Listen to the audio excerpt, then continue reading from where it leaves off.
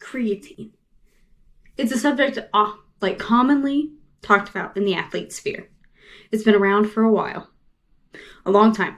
And I know that there are memes about mothers thinking that creatine's a steroid and stuff like that. But what are the benefits of creatine in the body? Are there any? Why would one take it? Let's take a look.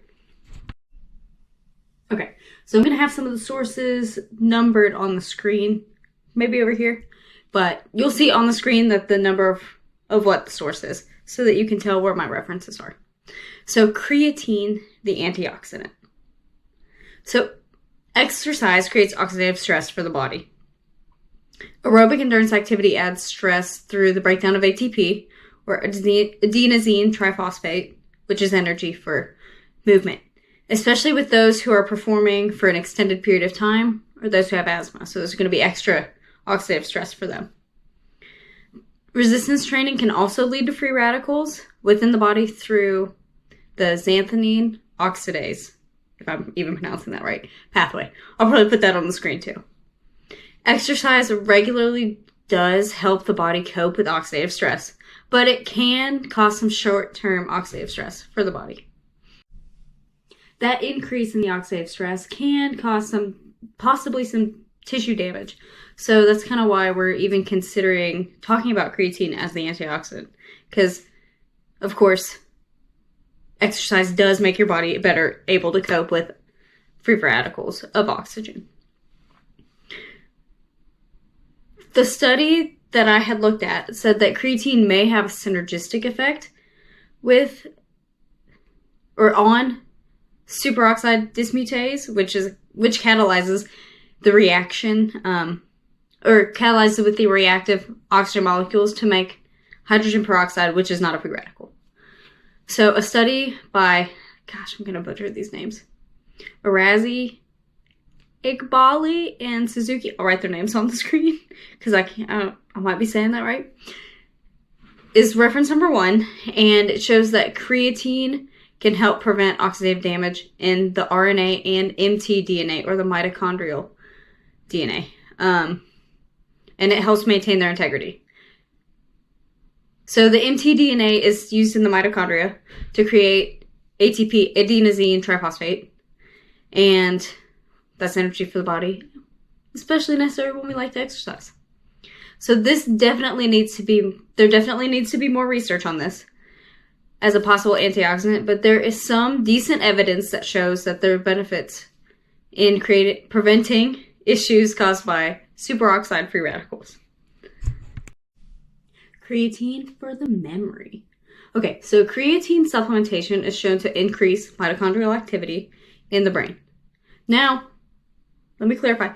That was on an animal model. However, there were some studies done on humans too, not necessarily checking the mitochondria, but seeing like memory and stuff like that. So, all that being said, it did show a beneficial effect on memory performance, especially in older adults. Because of this evidence, we should be seeing more studies in the future, especially if creatine possibly aids in the prevention of memory loss as we age. And creatine, the performance enhancer. So this is the biggest reason why a lot of people take creatine, although now people are more likely to take it for memory. Phosphocreatine is used in the ATP-PC energy system. And if you want a little more information on that, we do have a video on that on this channel about just bioenergetics. So creatine is important for quick, high-intensity exercise, like small set of heavy weightlifting, jumping, short sprints, like 50 meters, stuff like that. It is best used as a training supplement rather than a performance enhancer because it improves performance over the long term and over long-term use rather than for immediate performance gains. However, athletes who supplemented with creatine lifted substantially heavier than a placebo group. So, might be good. How does one typically dose creatine? Okay, so normally there is a loading phase of creatine where you kind of build up the creatine in the body. So that's normally like 20 to 25 grams per day. yes, grams, not milligrams, per day for 5 days, and then a maintenance dose of 2 grams per day after that.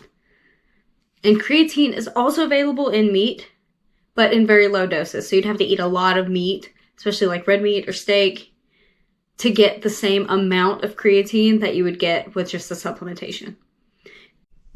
Are there any adverse effects of creatine? So there's some anecdotal evidence of cramps, indigestion, and some gas.